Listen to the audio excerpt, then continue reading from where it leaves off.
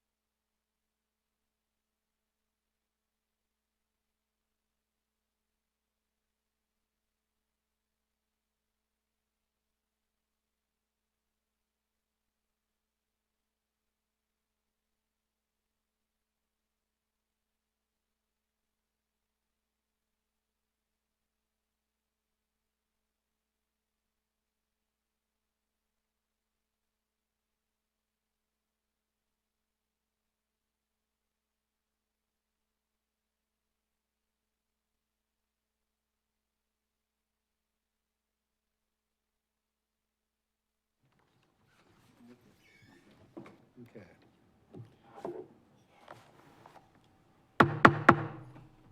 Good evening and welcome to the weekly Lawrence City Commission meeting.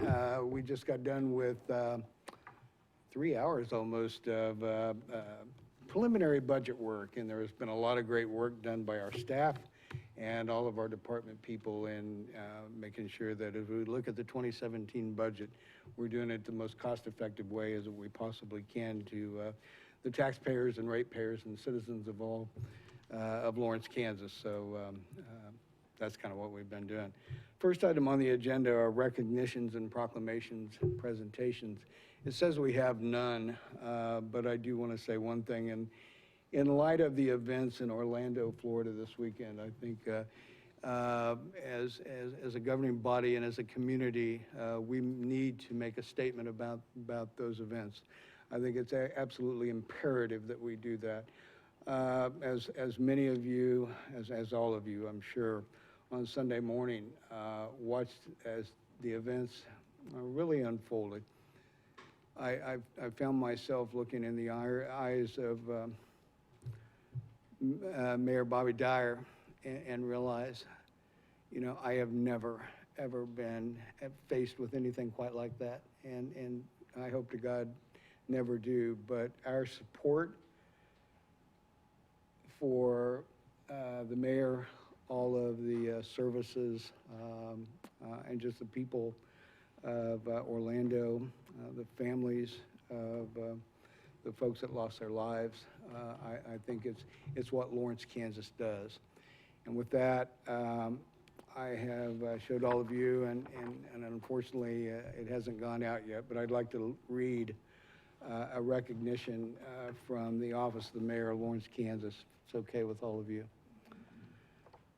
Whereas on Sunday, June 12, 2016, the community of Orlando, Florida, was the site of a domestic act of terrorism which affected our culture and society. And whereas the events that occurred at the Pulse nightclub were fueled by hatred and intolerance, and whereas the acts of hatred and hatred and violence against the LGBTQ community in Orlando was cowardly and not representative of the values we hold as Americans. The Lawrence community values all citizens and encourages thoughtful conversation about how communities can only accept and support all facets of our citizenry. And whereas empathy and tolerance of all people is an important value of all Lawrenceans, and whereas the city of Lawrence affirms our commitment to uphold equality for all members of our society and wholly believe in the importance of acceptance and inclusion regardless of race, sex, religion, color, national origin, age, ancestry, sexual orientation, disability, gender identity, or familial status. And whereas the city of Lawrence joins the U.S. Conference of Mayors in offering our condolences and support to the community of Orlando as they respond to this tragedy and grieve for the loss of life. And now therefore, I, Mike Amix, Mayor of the City of Lawrence, Kansas, do hereby request the City Commission's support in sending a letter to Buddy Dyer, Mayor of Orlando, offering our community support and condolences in response to this tragedy. I would ask that that we do take a vote on this because I think that this comes from our community, and as the elected body, it must come from all of us. The letter that I am sending to Buddy Dyer reads as follows, and it's, Dear Mayor Dyer, although our communities are thousands of miles apart, I wish to send our thoughts and condolences. The domestic terror act that occurred at the Pulse nightclub on Sunday, June 12th, was nothing short of cowardly and fueled by hatred and intolerance. On behalf of the community of Lawrence, Kansas, we send our support in this time of great grief and mourning. As a community, we value all citizens regardless of their race, sex, religion, color, national origin, age, ancestry, sexual orientation, disability, gender identity, or familial status. Empathy and tolerance are core values that we hold in our hearts and minds. Acts of hatred and violence against the LGBTQ community are not representative of the values we hold as Americans. Sincerely, Mike Amix, Mayor. So with that, I would entertain a motion that would direct our staff and myself to sign and to send this recognition and the letter to Buddy Dyer, Mayor of Orlando, and to the good people of the city of Orlando, Florida. And motion made and second was made by Vice Mayor Soden, was seconded by Commissioner Boley. Was there any other comments or questions? All in favor of that motion, aye. Aye. Aye. Opposed? That passes 5-0. I thank each and every one of you for that. And let's hope that the day doesn't ever come that we receive those letters. Mike, could I say something? Please do. Please. You know, once again, we are faced with a mass killing, as Mike was talking about. You know, we've seen this face of hate time and time again, committed against all races, religions, classes, and minority groups. This time it targeted my community. Yet we still don't act to stop it because of politics. State and national politicians have shown no will to protect our citizens by implementing even minimal protections and background checks. I say shame on them. I implore each and every Lawrence citizen to reject this hate and replace it with love and tolerance, as I know you have. I further implore our state and national representatives to wake up. The blood of your citizens will continue to run because of your intolerance, your blatant hatred for those who are not like you, and your lack of will. Thank you. Thank you, Lisa. Okay. Anyone else? Okay. Thank you all. Next item on the agenda is the consent agenda, and all matters listed below on the consent agenda are to be considered under one motion, will be enacted by one motion. There will be no separate discussion on those items. If discussion is desired, that item will be removed from the consent agenda and will be considered separately. Are there any items on the consent agenda that a member of the commission would like to have removed for separate discussion? Any item on the consent agenda that a member of the public would like to have removed for separate discussion? Now, we had a request, Tom, that we had received that you had sent out. Is the individual here? I don't know or recognize the individual. Okay. We remember the name, I'm sorry. Was that Mr. Grecian, if he was? This would be the time to pull. This will be the time, okay, if I may. Sure. Which is the item again? I'm sorry. The 24th and Inverness. Oh, okay, so it's item 8. Okay. I was confused as to what this fell under. I just want to make sure that we didn't go by it if you were here. Thank you. I certainly appreciate that. Yeah, not a problem. Okay, were there any other items that, just a minute, I'll call you up in just a second. Okay. Is there any other items on the consent agenda that a member of the public would like to have removed for separate discussion? Okay, with the exception of item number 8, and with the addition of claims in the amount to 202 vendors in the amount of $3,543,000 $567,176.60. And we had no payroll related items. We had manual checks, one manual check in the amount of $25,344.24 for a grand total of $3,592,520.84. With the addition of claims and with the exception of item 8, I would entertain a motion for, excuse me, approval of the consent agenda. So moved. Second. Motion made and second to approve the consent agenda with claims, with the exception of item 8, made by Commissioner Herbert, second by Commissioner Boley. All in favor of that motion, aye? Aye. Opposed? That passes 5-0. Item number 8 is to approve a site plan for 24th Place Addition. This is at 24th and Inverness, a phased commercial development with multiple buildings for a mix of retail and quality restaurant and/or fast order food, but excluding fast order food drive-in uses, and this is at 4300 West 24th. Scott, any background? Sure. Mayor, this property has kind of a storied history, but what's before you tonight is a site plan application here at Clinton Parkway to the north, Inverness Drive to the west, and 24th Place.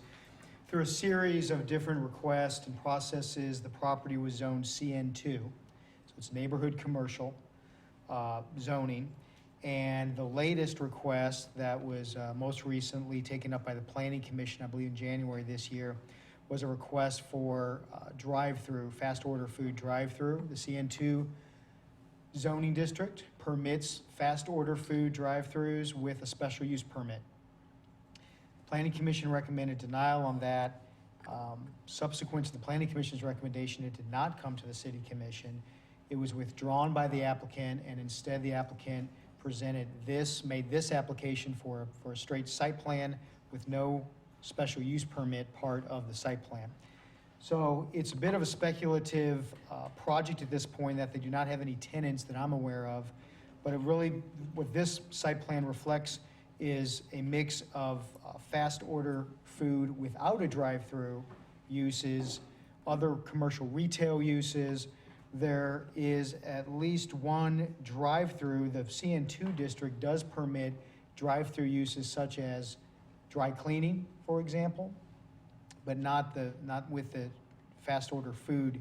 So before you tonight is that request.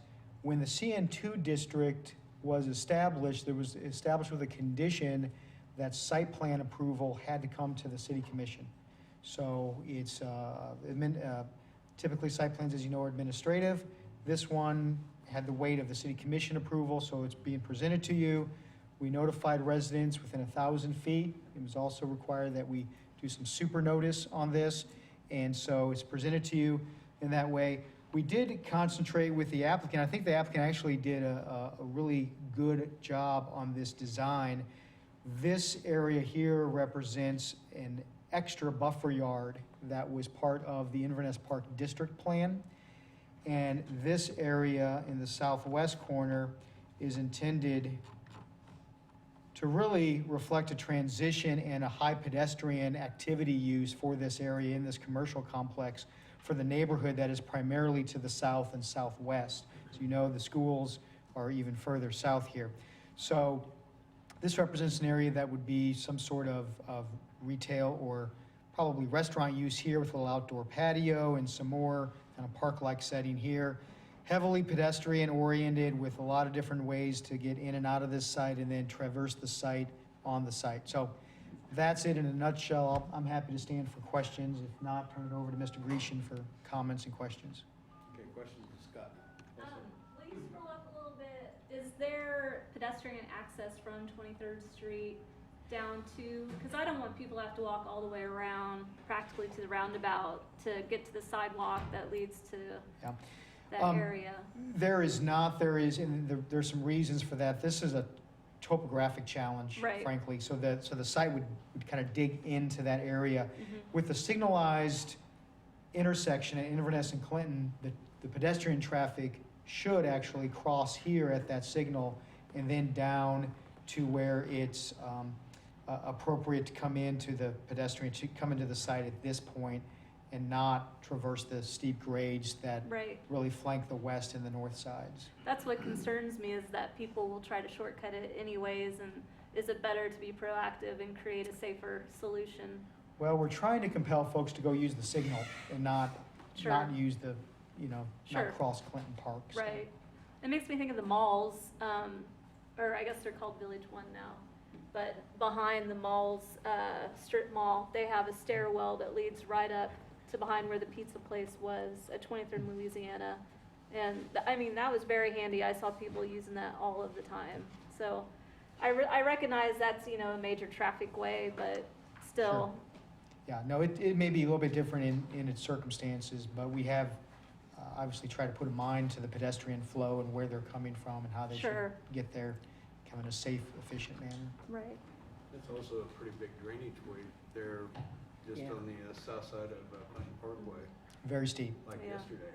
It was moving water. yes. So, any other questions? I have one quick question, Yeah. Scott. I noticed that you sent out notification to everybody within 1,000 feet of the site. Yes. So does that mean that anybody who would have come forward against it or for it would have a say in that? The code gives standing to those within 200 feet. The extra notice was just courtesy notice to folks to get involved in this property, in this property's development. Is this how we typically do it, 1,000 feet? No, our code requires 200 feet. This was unique. I mentioned the storied history without going Yeah. into it. A lot of it, part of the history, not necessarily of this site, but of some property to the east, was that there was some rezoning completed where that notice area did not cover the neighborhood to the south and west. And so when that concern was brought up, the commission directed us to do this sort of super courtesy notice on anything along this strip. This goes back several requests, back to, these are duplex lots here, for example, that got rezoned and developed, had the same kind of notice. There were processes even before this one where we employed that 1,000-foot notice. Is there a reason why we wouldn't just do that normally, just do it? Because I know some of the other projects that have come before us, I've had neighbors say, well, I didn't know about it, and you know, they're for or against it, and they were probably within 1,000 feet, and they would have liked to have been notified. Sure, we're happy to take that direction. It would take a text amendment. So the three ways that we do notice on something like this or any rezoning is mailed notice to owners within 200 feet, 1,000 feet in this instance. We post the property with yellow signs in order to get the traffic visible. And then we notify the paper. We put a legal ad in the newspaper. And so if any one of those isn't enough, in your opinion, you could initiate a text amendment and task us with finding a different number for that. Okay. That's one thing about it. Notice in Orient neighborhood right now with yellow signs. Right. There's a little bit of notice there. Yeah. It's incredible. There's, And it's doing its job. We're getting the phone calls. It is, oh, good, So- good. Yeah, I've had a number of people, what are they putting in? Yeah, I've So- gotten a lot of calls. Anyway, Yeah. are there any other questions right No, now, Scott? that's it. Okay, Thank you. thanks, Scott. Sir, you had a question?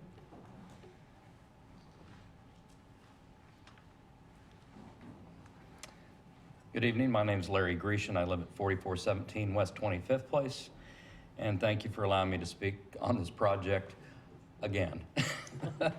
As you know, several of us area residents have spoken before the Planning Commission in March of 2014, June of 2015, and January of this year about proposals for this property. To briefly review, the proposal went from an ill-conceived family fun park to a plan that had a fast food drive-up facility that would have overwhelming traffic and unsafe walking conditions for children from 3 schools, and then to this. At least on one occasion, we who disagreed with the last 2 proposals were vilified by the press, saying we were anti-children for the family fun park. Numerous times we were deceived by those developing this area and were disrespected and one time intimidated by one of their employees. It would now appear that developers are finally giving the city a viable plan that is amenable to all. At last, I think. Previous proposals were bad for kids and homeowners. I will not allow the peace around my home to be in jeopardy. and to have my property devalued. I find the path that the developers took in this long process to be bad for them and for us. This contentious planning costs all of us worry, time, and/or money. Let us all learn from this.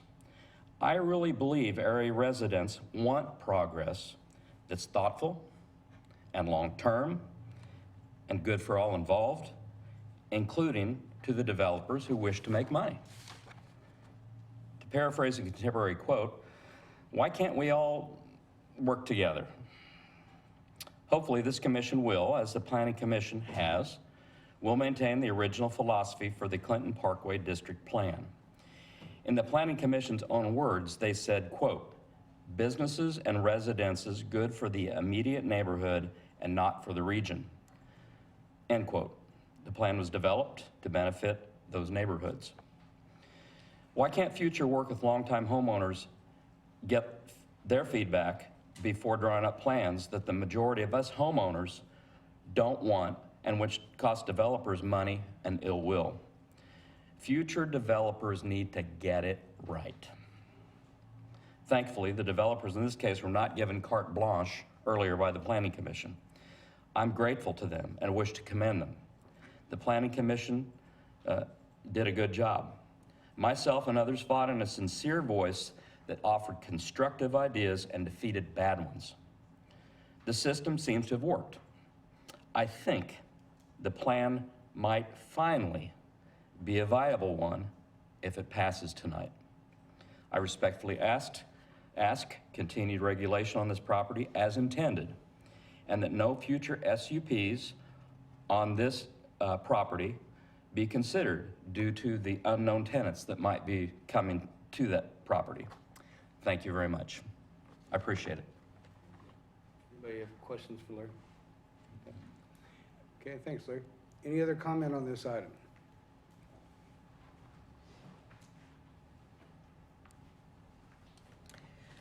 Good evening. My name is Joy Ray with Paul Werner Architects. Spent quite a few months on this project, and just wanted to summarize some of the things that we've done. So, all the changes that have been made to this site plan that's before you, it's been a long process of asking for things as the code allows, getting feedback where it's not wanted from neighborhoods, and coming forward with another plan that we think works well. So while the system may annoy some, I think it's worked well and it's done its job. And on this particular corner, you know, it's because of the plan that we've done that we're here before you, the area plan that we have. So that set forth some things that, you know, that makes it possible for us to come before you, but not all sites are necessarily that way. So we're just, I mean, it's a process we've had to work through, and we're happy to do it. And so we're here this evening just to finish things up. Like Scott has mentioned, the buffer yard on the west side is extremely large compared to most buffer yards, and we feel that that offers, it's 65 feet instead of the normal 25, I believe, offers some good screening from the neighborhood to the west. The parking has been moved away from the west side as well. Building A that you're seeing there has been placed to also provide screening from parking. The large patio area at the corner has been added to work with Building A. That way, any retail that may locate there or restaurant can really take advantage of that corner and be able to pull people in, you know, whether it's a soft serve yogurt place or a coffee cafe, or, you know, we don't have tenants at this moment, but it's hard to get tenants without a plan. So even though it's speculative, we have great hopes that this corner and all the other little pieces in there will really develop, and we can get some great users in there for this neighborhood. It's also important to note, as Scott has mentioned, that the drive-throughs have been removed for the fast order food. So we've got a plan here that we think the neighbors are more happy with without the drive-throughs. It is important to note that the development code doesn't really differentiate between fast order food with drive-throughs. And so McDonald's and Starbucks are considered the same.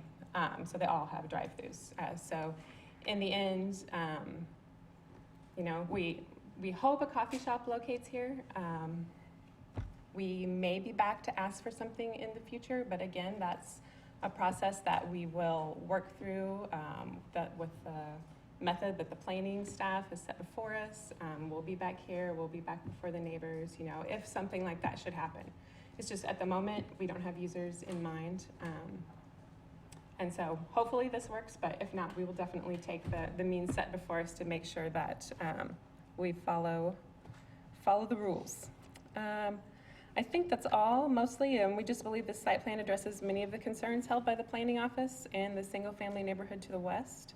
This development will serve as a destination for many residents in this neighborhood and will continue to work through site plan specifics as tenants come forward with the planning office. So if you have any other questions, I'd be happy to answer them. Questions, Ms. Wright? The building F. Yeah. What are those curved? So there's not a drive-through, but it kind of It's a bank.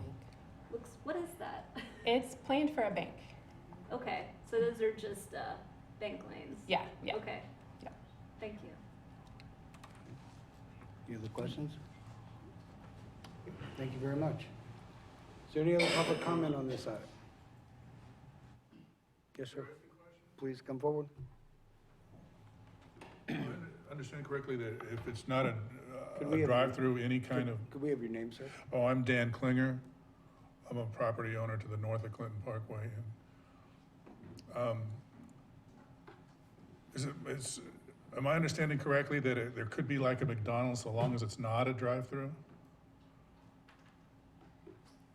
Right, Mayor, the code differentiates between different uses, and a restaurant use, fast order food, like a McDonald's or Jimmy John's, or, you name the Subway or something, without a drive-through is permitted. Be very, I can't think of a instance where McDonald's would, in our environment along Clinton Parkway, might have a restaurant without a drive-through. But the concern for the drive-through use was the bringing in that traffic off of Clinton Parkway kind of into the neighborhood and getting away from the neighborhood aspect of the commercial and making it more regional in effect. But yes, I mean, we don't zone companies, we zone properties, and so fast order food without a drive-through is permitted by right. Could I ask another question? Sure, please. Is there a time frame for construction to begin at this time? So the site plan would be good for 24 months, unless a building permit is pulled, and then it kind of locks in that site plan.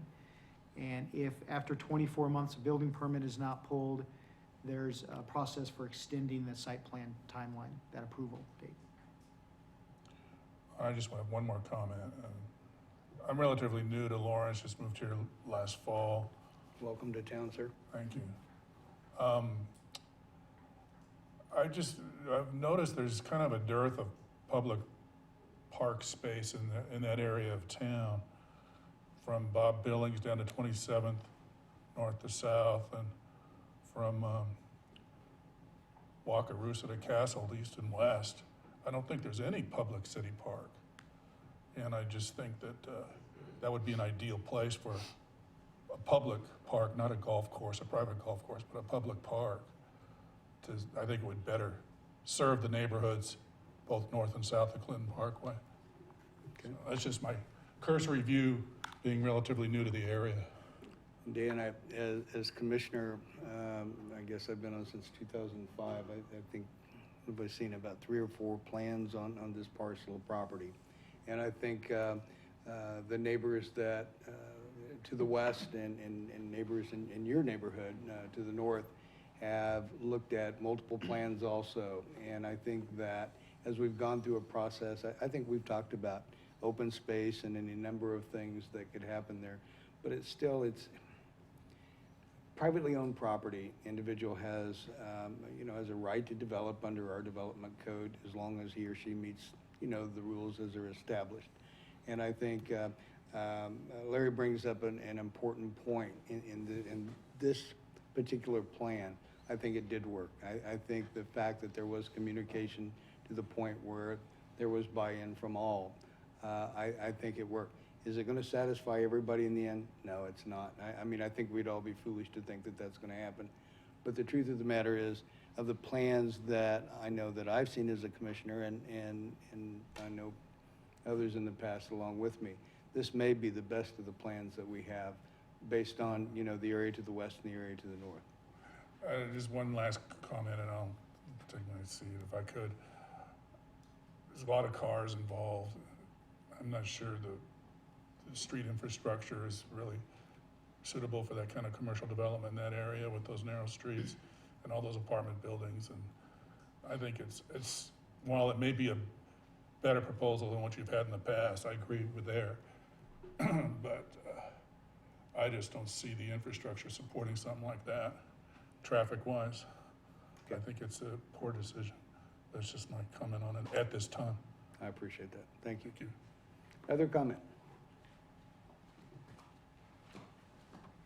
Hi, my name is Richard Benish. I live at 4429 West 25th Place.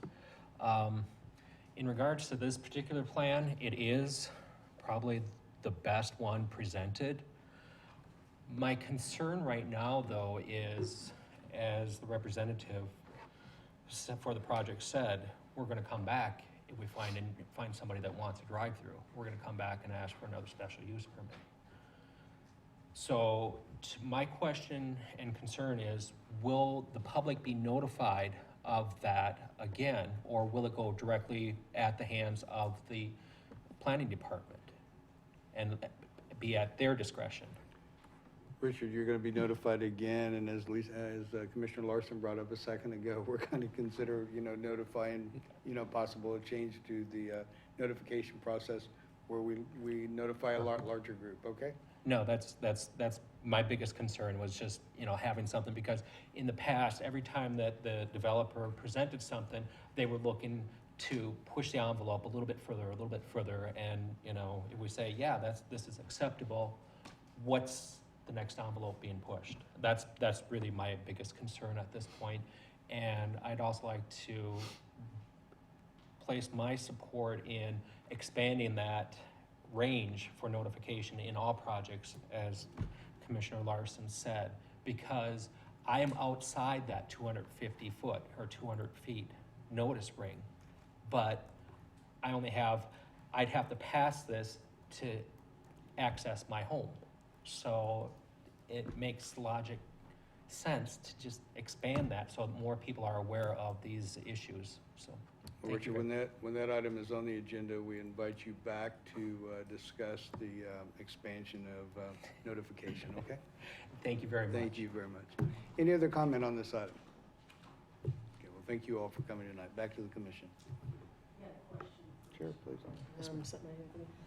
The buildings there that are greater than 3,000 square feet, they can't be used for fast food, is that correct? They would be buildings that would have multiple tenant spaces, and so there is a use standard, I believe, let me get to it so I can double check it. I think you're citing the 3,000 square foot. for fast Yeah, I was food. just reading the staff report, Right. well, I read the staff report before, Right. and, So as that building came in there's a little more work to do on the site Mhm. plan as we get tenants in to finalize parking numbers, and also as building permits come in to apply the code use standards and say, okay, you can't be past 3,000 square foot. so that will be followed, that criteria? Absolutely. Okay, great. Other questions? Okay. Well, I believe in the time that I've served, I really believe that the process did finally work, as I said a minute ago, and that is Larry and others in the neighborhood and Joy from the development team.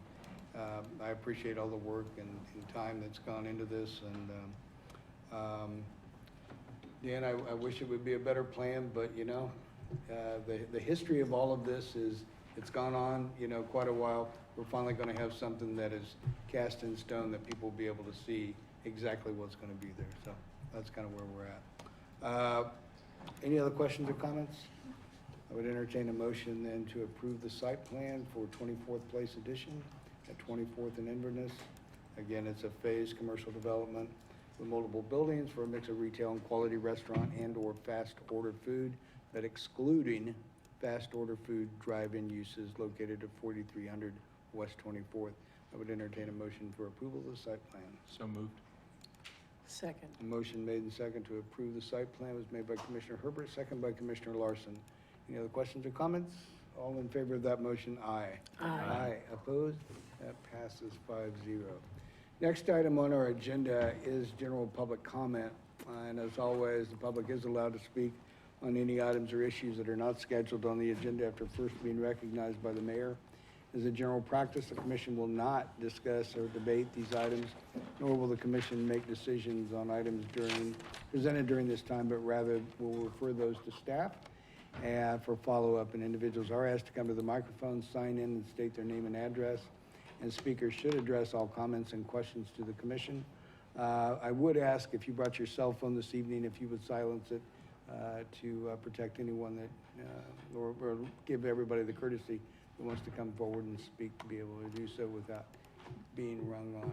Frank, I'm going to let you go first because I know that your timing is important at this time. Trying to get this thing to work. My name is Frank Jansen, 1330 New Hampshire.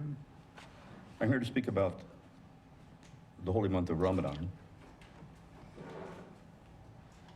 the Islamic month of fasting, which began about a week ago. And this is basically what President Obama declared about a week, 10 days ago. Here's one from each. Thank you very much.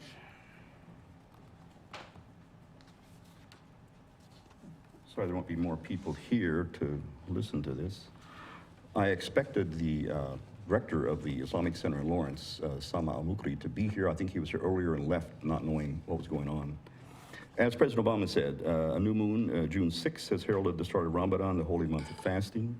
For many, this month is an opportunity to focus on reflection and spiritual growth, forgiveness, patience, and resilience, compassion for those less fortunate, and unity across communities. President Obama also mentioned far too many Muslims aren't able to observe Ramadan this year or to afford to celebrate Eid with their children. We stand firmly with Muslim American communities in rejection of the voices that seek to divide us or limit our religious freedoms or civil rights. We will continue to welcome immigrants and refugees into our nation, including those who are Muslim. The holy month of Ramadan is, myself, I have been in Muslim countries for 13 years, both in Africa and the Middle East. I'm aware of the customs. I have gone through Ramadan before. The fasting here, for instance, in Lawrence in the summertime means people like Ahmed here, who is from Iraq. We try to get some more Muslims to show up, but he's the only one who came. I'm from the Islamic Center of Florence. Yeah. You are? Yes. Are you Muslim? Yes. Are you fasting? Yes. Alhamdulillah. Alhamdulillah. Welcome. Assalamu alaikum. Okay, those are the greetings. The summer month is so long that people here are fasting for 16, 17 hours a day. They get up at 5 in the morning, eat, and then they go through the day without food. And then, as we mentioned, at the Islamic Center, every day there is the iftar, the breaking of the fast. All people of all faiths are welcome to please come to the Islamic Center of Lawrence, alongside southwest corner 19th and Naismith, south entrance for the iftar evening meal breaking fast at sundown. Every day, 8:40 p.m. thereabouts, without reservation, without charge, without required fasting through July 7th. You don't need to be fasting, but you need to be hungry. There's lots of food. It's all free, usually chicken and rice and different other things. And we hereby proclaim these 20 days in June and July as the Lawrence celebration of the holy month of Ramadan, and we encourage all citizens to attend some events at the Islamic Society of Lawrence at their leisure. I may not have met this woman because there actually is a separate place upstairs, although if any of you guys come, you're welcome to be downstairs. Let me mention briefly what Sama Al-Mukri said to me about Ramadan for him and fasting is that it clears the mind, it clears the body. It's a custom that's common throughout religions around the world. And what he wanted to mention was jihad, which many people think of as a violent act. But jihad, as he said, is actually an internal spiritual event in which people basically deal with their own problems and process that. I believe that's all I've got. I did mention to the police chief Khatib outside, he has Muslim Arabic descent, but he is not fasting. Any questions? I have some more of these. Excuse me, wasn't there a couple of other public dates that were going to be in facilities? Okay, the other public dates that you're referring to, and Commissioner Larson was concerned about the ones that are coming up are not really directly the Islamic, but on the Tuesday the 21st and on Thursday the 23rd, and this will be appearing in the Journal World Events calendar, are two events around Ramadan, which begin at 7:30 in the evening and go through 9 o'clock or so in the evening. The first one on June 21st is at the Unity Church out on Madeline Lane, and the one on the 23rd on Thursday is at the First Methodist Church here downtown. Those will appear in the journal, in the calendar on the Journal World. Right. Okay. I have these others to hand out for everybody else. Okay. Frank, thank you very much. Yes, ma'am.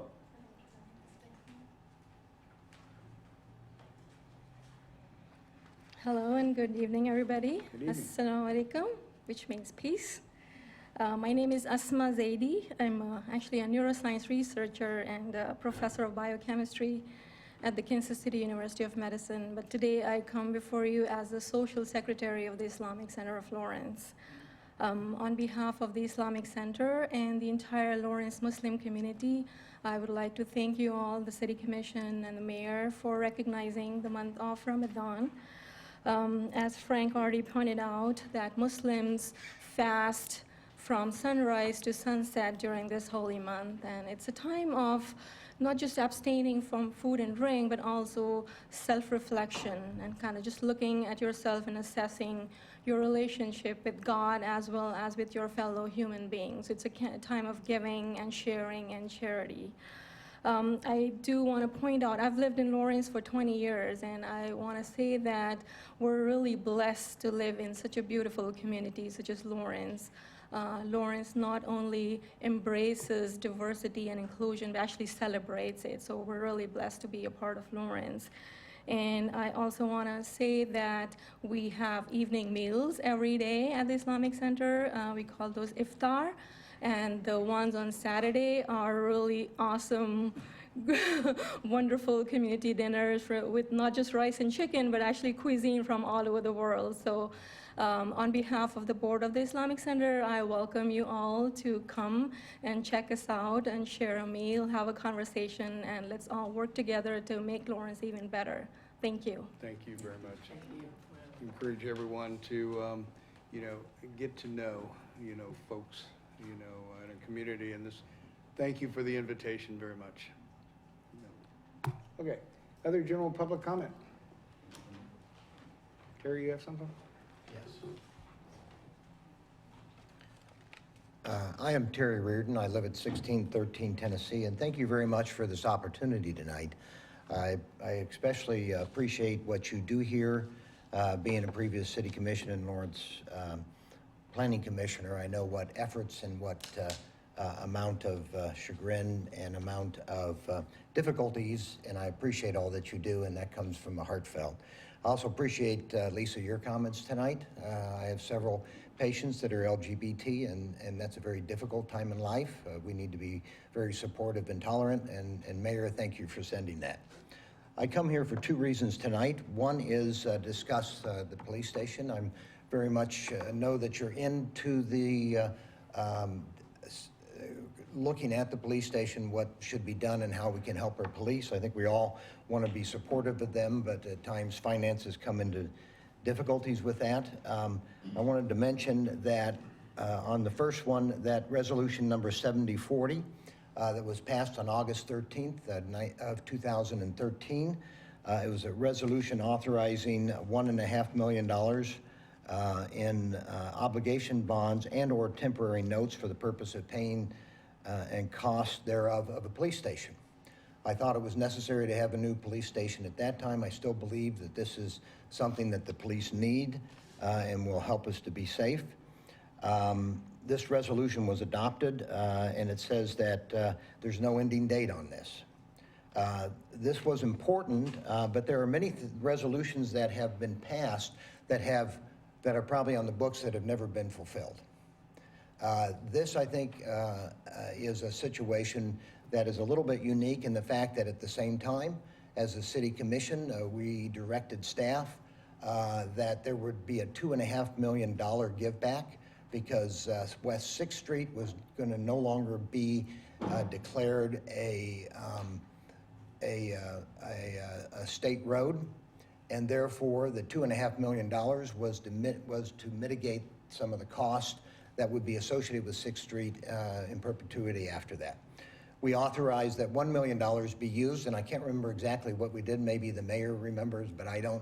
We also stated that we wanted $1.5 million to be set aside when that money came in to be used solely for a police station. We directed staff to do that, and to my knowledge, neither this resolution 7040 nor that directive to staff to use that $1.5 million has been changed, and I could be wrong. And my question is, in this particular case, what is the standing for that $1.5 million? Where did it go? The second question is this resolution still adequate and it's still in force? And is that $1.5 million that was supposed to be set aside, is that still set aside?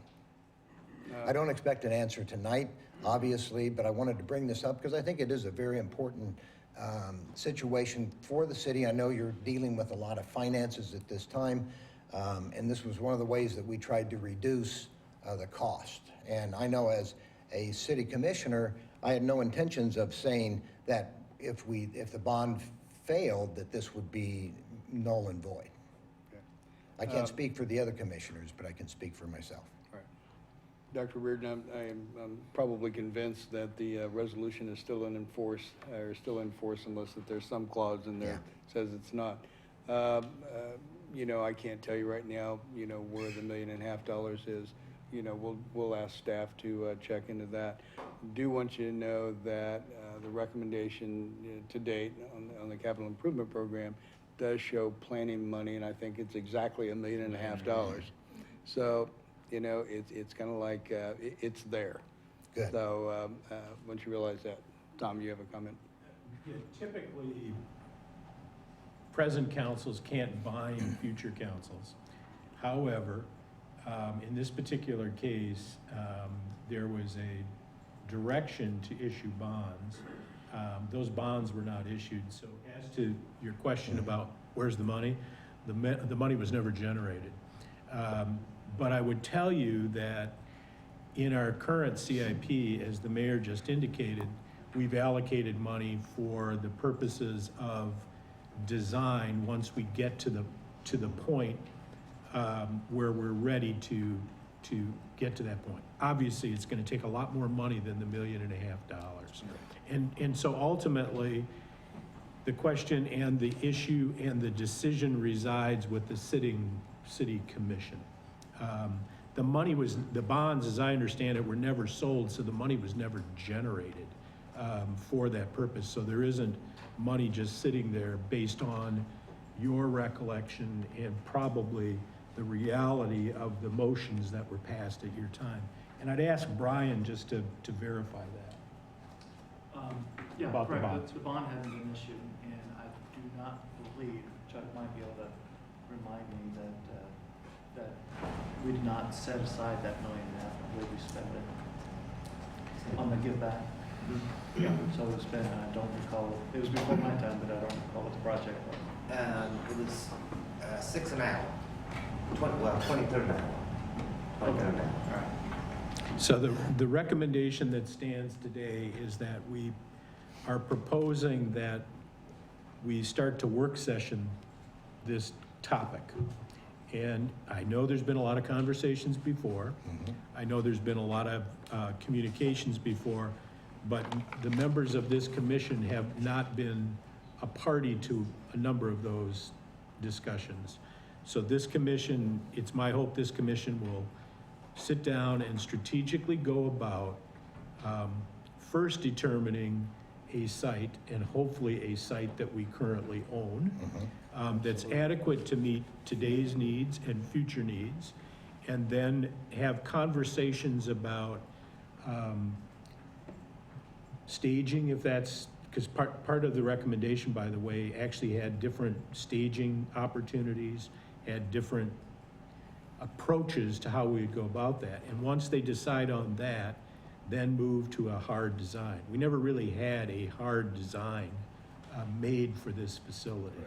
So I think that they need an opportunity to hear all of the reports.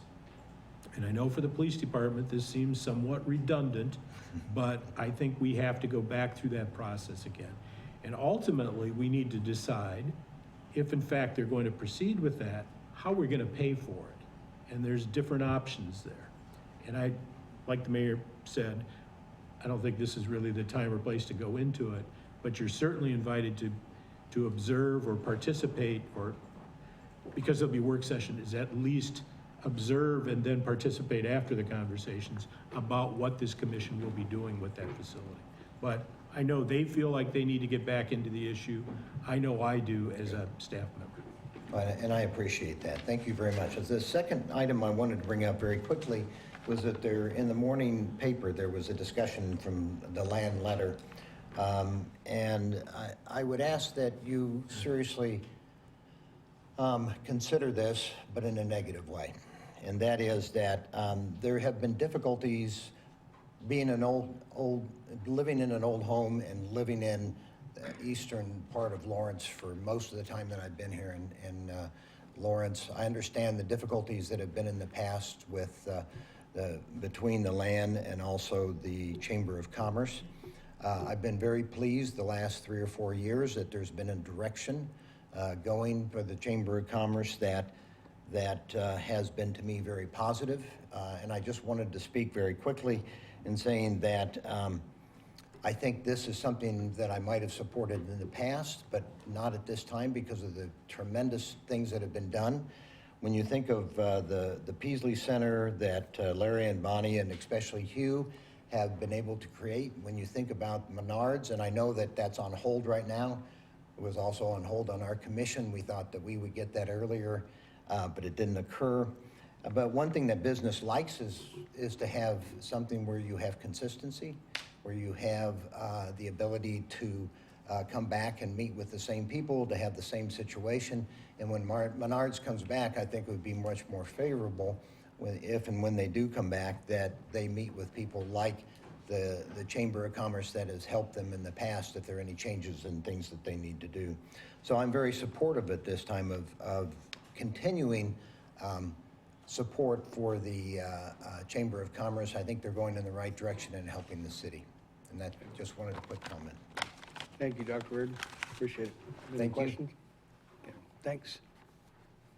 Any other general public comment? Okay, thank you all. We're on to the regular agenda. You know, the public's always allowed to speak, but guess what? We have nothing on the agenda, so there you go. So I guess future agenda items. Oh, wait. Pardon? Do we go on to our discussion at this point about budget items, or should we go ahead and finish out the agenda? I think we should finish this out and then Okay. move back to the Okay. work session items. All right, that'd be fine. Then future agenda items. Okay, future agenda for the 6/21 meeting, we have a continuation of the budget work session. We'll have outside agency funding requests and recommendations from the Social Services Funding Advisory Board. The regular agenda will include a public hearing on conditions at 1231 Pennsylvania, public hearing on the Presbyterian Manor, IRBs, KDOT presentation on their recommendations on K10 and Casald intersection, and the vacation of the right-of-way hearings for 542 Colorado and 2301 Ponderosa. Yes. I thought Presbyterian Manor, we'd already approved those IRBs. Is this? This is the. I must be confusing this with something. No, I think the ones that you're thinking of is Pioneer Ridge. Oh. Is that it? Yeah, Yep. yeah. Yep. That was the ones that we did, Okay. So these if are I new. recall, yeah. Tom, the KDOT presentation next week and recommendation, you know, it would probably make some sense that this body and the county commission maybe being on the same page. Because we're gonna decide on Monday and. And they're Tuesday. And they're on, we're on Tuesday. Tuesday and they're on Wednesday. Exactly. You might, you know, if the commission feels so inclined, direct. Would you city like to manager- invite them here for a joint? Well, it probably wouldn't hurt, but, you know, at least they can hear it, or at least, you know, I don't want us jumping off and doing one thing and them doing something else. I mean, I don't believe that that makes good sense. Let me talk to the county Talk to manager. Craig and, Yeah. and see kind of Yeah, where we might be. But Okay. I think that we would kind of all want to be supporting the same kind of program. I don't know about proving we'll that, take care of that. I would just hate to think that, you know, come next Tuesday, we're one place and somebody else, somewhere else. But anyway, just find out. Yeah, it does. Thanks, Matthew. Okay, any questions about future agenda items? Okay, commission items? Okay, city managers report. Just one item, the Parks and Rec Department received a Kansas Health Foundation grant in the amount of $10,500, which will create a pilot outreach program offering on-site fitness programs at specific senior housing locations around the city of Lawrence. That's it. Although I did tour the Bowersock Dam and Powerhouse today, and it's absolutely fascinating for those who have not had the chance to do that. We could make arrangements for you to do it. The owner is exceptionally enthusiastic about showing off the project and how it operates. And really, it's, in some respects, it's really kind of a visit back in time because of some of the equipment that is still a very vital part of that operation, and it is still really effectively used in that operation. So Brian and I took the time this morning before work and toured the project, and like I said, it's worth the visit. It's part of our history, so I'd encourage you to do that. Sounds good. Any questions at the time on the city manager's report? Okay. So, calendar items. Any additional calendar items? Okay, hope not. Okay. Well, we're still in session, so I'm gonna tell you, we're gonna take about a 5-minute break here, real quick. And then we will proceed to visit about the budget stuff that we had in our session this afternoon. So let's take about 5 minutes at this time. Thanks.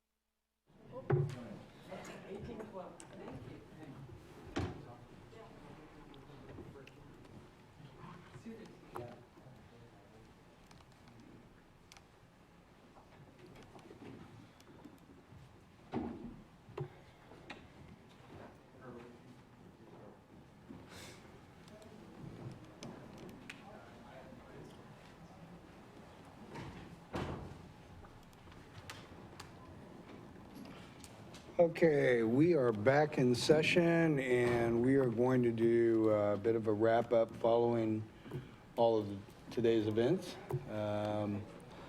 Tom, I assume that you need some direction or some comments on some things at this point? Yeah, let me clear my throat.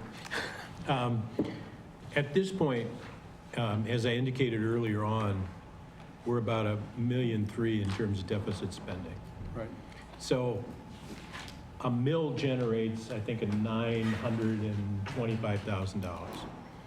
So if you wanted to use tax rates, I think you're looking at a 1.4, 1.5 kind of mill increase to accommodate that. In terms of expenses, I did indicate that there's almost $600,000 in terms of wage adjustments that's included in that 1.3. And then once you get beyond that, unless there's a particular thing that strikes you as being inconsistent with, what you wanted to see happen with the budget, I think you're really looking at personnel. And as I indicated to you, earlier, attrition is a much, there's some efficiency in terms of attrition when you deal with these issues. The problem that we face here is that the time is so compressed from my starting to getting into the budget and trying to deal with that on that basis. So if for example, you came back and said to me, we don't want to raise the tax rates, Tom, you're going to have to make cuts. We'll go back amongst the staff, we'll sit down with the department heads, executive team, we'll go through the budget, try and figure out what can be cut. But I think, in my view and my knowledge of the budget at this point in time, I would tell you I may be coming back to you with some position reductions as a result of that. So you just have to know that. And unfortunately, when you do that, and I can tell you that there's certain places that I won't be making cuts. I can tell you I'm not going to be making cuts in police personnel or in fire in terms of frontline staff. So it starts to narrow down my options in terms of what I can recommend to you. And the real point I'm trying to make is that if I tell you a position, in many cases, it might be a self-identifier. So it might connect to a name, which, that gets to be kind of a personal challenge, but it's kind of a reality of where we are. And that's not to make your job difficult. It's difficult for all of us when we go through these things. So, there's the option of raising it, as I said, cutting expenses, or some sort of hybrid between the two. You can simply tell me, come back with what your honest opinion is and how we should deal with it. I mean, especially if you're not interested in just raising the mill rate. I will do that, okay? One of the things that I got to believe is when we made the hire as you being our city manager, a lot of it included a new, fresh set of eyes looking at a number of things that have gone on in the past and, the direction that we need to head in the future. And that, to date, I think that you've done a very good job in being able to, help steer the ship, in ways that I think are very positive for the community. But, here is, the next big deal. And I mean, obviously, this is the biggest job that we all have, and that is to make sure that we're providing, the services required by this public, and to, make sure that we're able to carry them out in an affordable way. I would give the flexibility, at least in my own mind, of using a combination of, a slight raise, if you will, and an attrition program, that can happen if that'll work.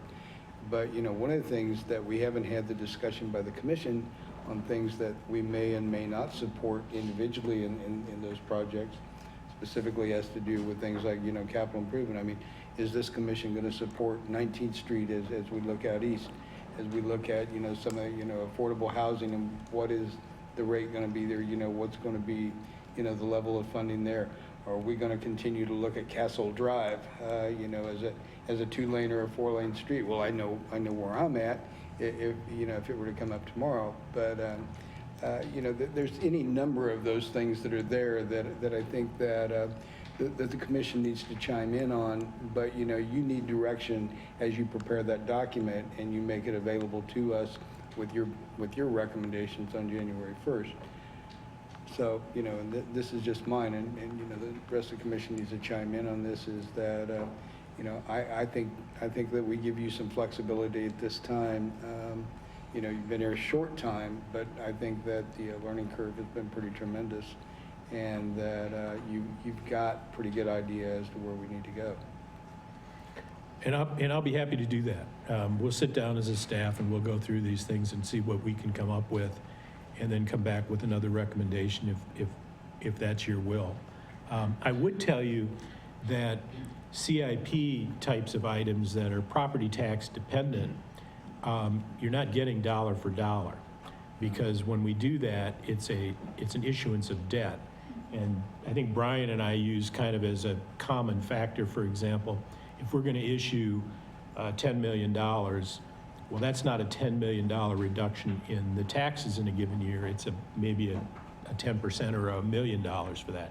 So you're not getting dollar for dollar reduction like you do over in the operational side of your budget. So just keep that in mind as we think about these things. And I can tell you, if you want, because I know you're still going through the materials and everything, you can send me an email and tell me what particular thoughts you have. Just don't copy everybody else. But you can send me an email and tell me that, and I'll go back through it with the staff, like I said, and we'll come back with a recommendation to deal with that $1.3 million, because quite frankly, we need to deal with it. One way or the other, I gotta have a balanced budget. And is the $1.3 million in the general fund? Is it in the overall funds? It's in the general. It's in the general. How are we stacking up on the other funds? The other funds, as I indicated, we have raised some rates, so I think we're pretty good in most of those funds that I looked at. Brian? They're all balanced. They're all balanced. What about shifting some things from this, say, the general fund to the special recreation fund, something like that? We'll look at those items, but I think quite frankly, your staff has done a pretty good job of trying to figure out where all the possible gambits are to take care of these things. I think we're at a point where we need to have balance in terms of our budgets going forward. And how much of, I saw the pie chart earlier, but it's been a while. In the general fund, a huge portion of that is personnel. It's 70%. So we don't have a lot of flexibility to cut out. That's exactly my out of point. the rest. Yeah, and that's why I say to you, Right. there are some tough decisions, and quite frankly, it may mean a retraction in staffing in certain areas. And so if I do that in itself, just the announcement of a position that I would cut, and maybe I can word it carefully so that you can consider it without making it identified by a person. Yeah. But is that's a fairly, I'm sensitive to those types of discussions when you're talking about a person's livelihood. So but I want you to understand that I think, the way I look at these things, I have to be able to do those things too, as the manager. That was one of the questions that I was kind of curious about, is if we pull back on CIP items, how does that affect the debt service load? Does it even impact us for next year, or would it actually be impacting us years further? Well, like I said, it's not dollar for dollar. It's a significant reduction, so it doesn't get you too far. And the reality is, when you look at, I think we had $100 million in the unfunded level of projects. So it's one of those things, that we have to spend our money on. And that's again one of the last things I like to go to. I have more demands than I have funds to provide those things to, and which is why it's so critical for us as we go forward to be prioritizing those things and being smart how we build things and where we put them and how we consolidate and, and wringing out the most efficient way to go about doing those things. And I'm going to have some recommendations, post-budget about how we do some of those things. But, I've been here since March 21st, and I jumped from one budget in another state and the strategic plan right into this one. And so I've been very dependent on the staff, and they've done a marvelous job bringing me up to speed. So. What I'm kind of curious about is just to have a good example, because I completely understand it's not dollar to dollar, but let's just say that we took out $5 million from the CIP. What would that do to our debt payments for next year? Like, just some kind of general idea. Yeah. just like Assuming they're tax supported. If it's a tax supported debt, yeah, 500,000. Okay. Again, it's probably less than that, but. We're just trying to give you a round estimate. that's what I'm looking There's a for. plus minus to that number. Absolutely. Yeah. But I'm just trying to think, of while I'm looking at things, how it's going to impact, because, your estimate is way better than any estimate I'm going to come up with.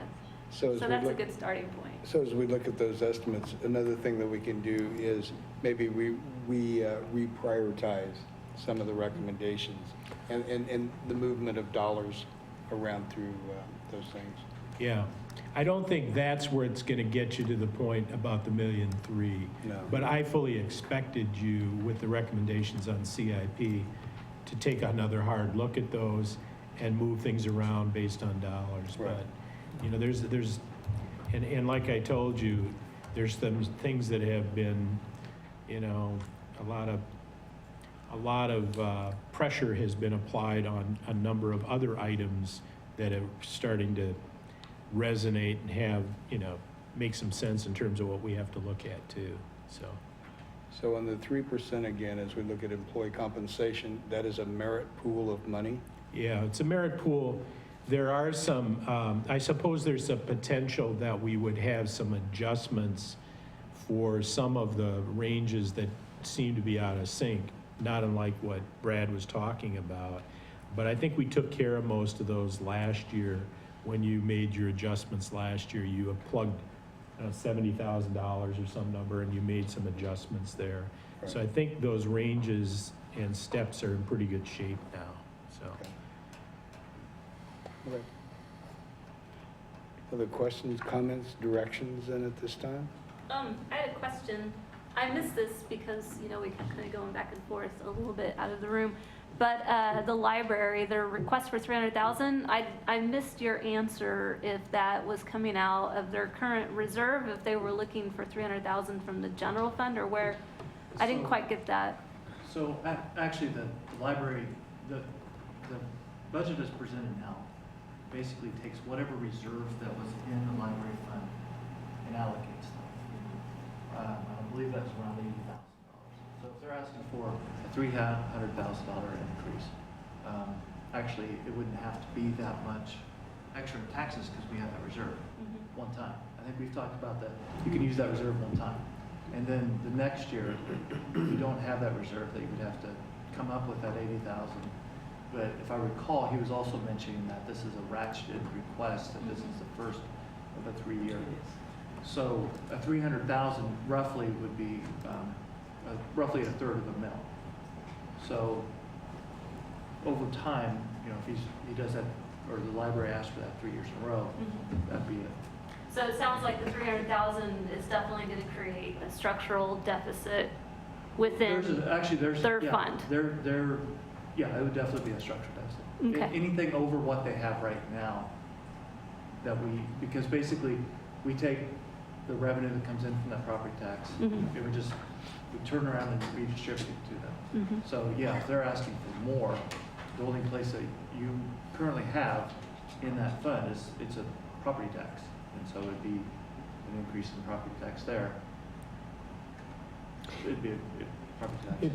But Brian, is their millage capped in any way? This is the one that we have the charter ordinance that says it's capped at 4, plus some additional amount for some employee benefits. So Okay. that's, yeah, I think you were out during that discussion, so.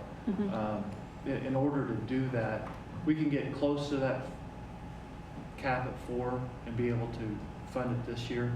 But I think we definitely would have to address the charter ordinance, and that's a governing body. You mean in the subsequent years? Right. So if not this year, it definitely would need to be. Because of course, it makes me think that if the county raises assessed values or appraised values, sorry, I don't know which adjective to use. Assessed. Does that help them at all to achieve their structural deficit? As long as there's still the question that whether or not the tax lid applies to the library. Oh, So it's regardless of what the county or what our values increase, the libraries may still be underneath the tax lid where it could only grow. And if it was this year, it would be 1.5% in additional taxes. So. does that expire, the library property tax? Does it expire at all? Is that just ongoing? Yeah, it's ongoing property tax that Okay. you could, this governing body is the one that sets what the mill levy is for that, for the library fund. Okay, thank you. Sorry that you guys probably already heard all that. I missed that, it's kind of important to me. Other question?